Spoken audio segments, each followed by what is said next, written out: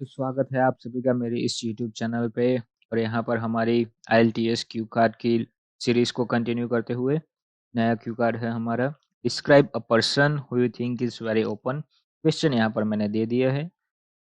Who the person is, how you know this person, why do you think this person is very open, explain how you feel about the person. थोड़ा आपको notice करवाना चाहूँगा कि मैंने यहाँ पर video के पैटर्न को थोड़ा सा बदल दिया है। पहले मैं यहाँ पर आपको गाइड करूँगा कि कैसे आप क्वेश्चन मैपिंग कर सकते हैं। उसके बाद cue card and also in follow up we will discuss the questions so that you can answer gracefully. तो चलिए शुरू करते हैं। पहला क्वेश्चन हमारा है हु द पर्सन इज। पूरा स्ट्रेट फॉरवर्ड क्वेश्चन है। यहाँ पर आपको सिर्फ कोई एक पर्सन को सिलेक्ट करना है जिसके बारे में आपको थ्रू आउट क्यू कार्ड बोलना पड़ेगा। ठीक है, तो यहाँ पर आप सिलेक्ट कर सकते हैं फैमिली मेम्बर को या फिर रिलेटिव को, या फिर बेस्ट ऑप्शन है आपके फ्रेंड को ही सिलेक्ट कर लो।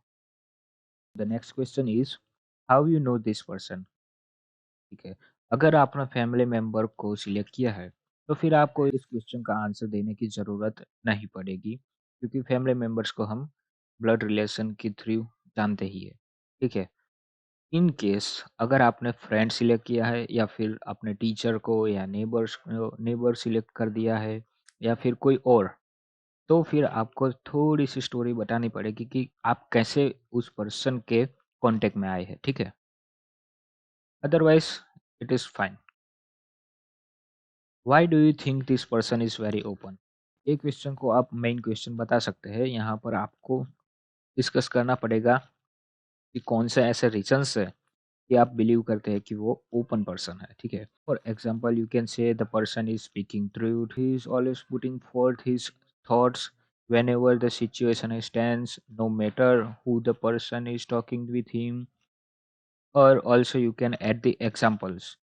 एग्जाम्पल ऐड करने से क्या होता है कि आपका जो क्यू कार्ड की लेंथ है वो बढ़ जाएगी, थोड़ा सा अच्छा भी दिखेगा एग्जाम्पल। और सिर्फ तभी यूज़ करें एग्जाम्पल को जब आपके पास आइडियाज़ नहीं है कि आप किस तरह से इस क्वेश्चन को टैकल करें। ठीक है, last question is explain how you field about this person. This is very simple question.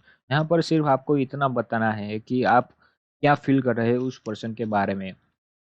मतलब कि आपको बताना है कि you feel enthusiastic, you feel respected, you you adore the person, you admire the person. और ऐसे ही आपको बताना है कि जब भी कोई आपको कोई बोलता है इस पर्सन के बारे में बोलने के लिए, तो आप रियली हैप्पी फील करते हैं या फिर आप डिलाइटेड फील करते हैं। इस तरह से आपको इस क्वेश्चन का आंसर देना पड़ेगा। ठीक है, तो हमारा क्वेश्चन हो चुका है। Let's move to the cue card. Well, no one would easily like to share their thoughts due to various reasons, such as social status and fear of being offended. Even I am not an exception. Nevertheless, I am going to grab this opportunity to talk about one such person who is very open. He is none other than my grandfather. He is recently retired from teaching profession. He had served as yoga teacher. He is polite, pragmatic, and rational person I have ever come across.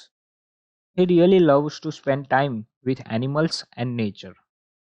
If I talk about his hobbies, then reading books is on the top of the list.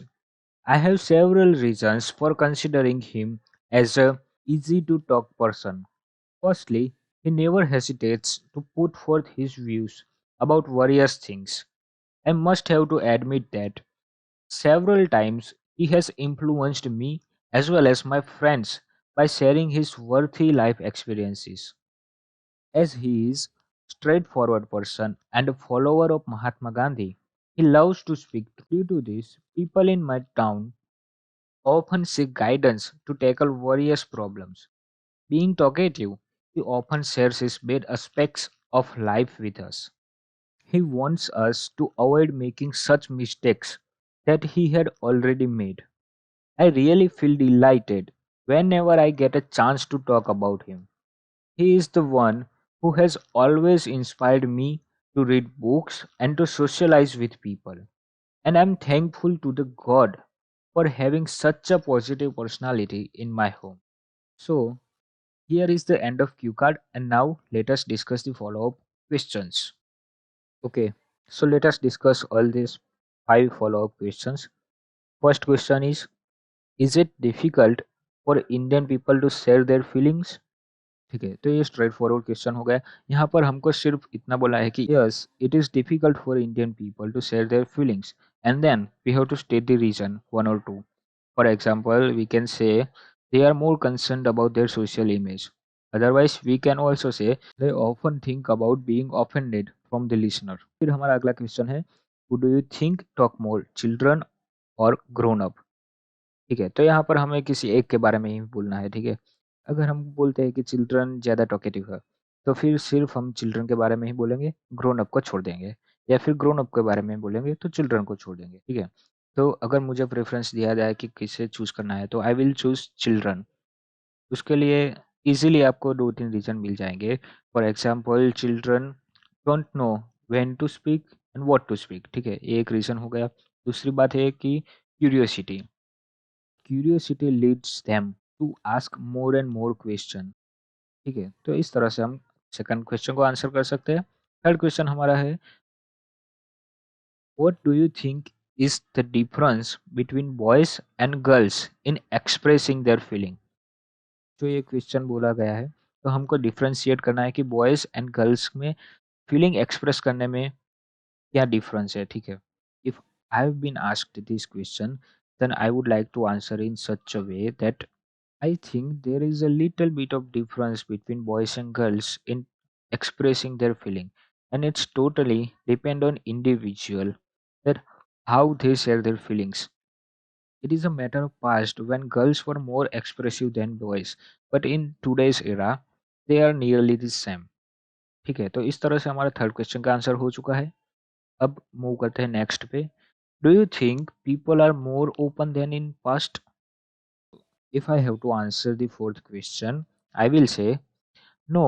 I think people in past were much more expressive due to leading influence of social media and digital medium. People are more self-centralized, and that is the reason behind it. So the last question is why do you think people are less open? Same answer मैंने fourth question में भी दे दिया है। ठीक है, कि because of the influence of social media and digital medium people are self-centralized and they generally like to share their views on social media rather than face-to-face conversation, so they cannot be expressive at the conversation. So इस तरह से हम question का answer दे सकते हैं। I hope you liked this video and the pattern of the video. Thank you for viewing this video to the end. And आपको मैं बताना चाहूँगा कि अगर आपकी कोई रिक्वेस्ट है कोई क्यू कार्ड के बारे में जो कि आपको चाहिए ही चाहिए, तो फिर मुझे कमेंट करके बता देना, तो मैं अगला वीडियो उस पर बना दूंगा। ठीक है, and also like share subscribe my channel and bell icon दबाना मत भूलिएगा। चलिए मिलते हैं अगले वीडियो में।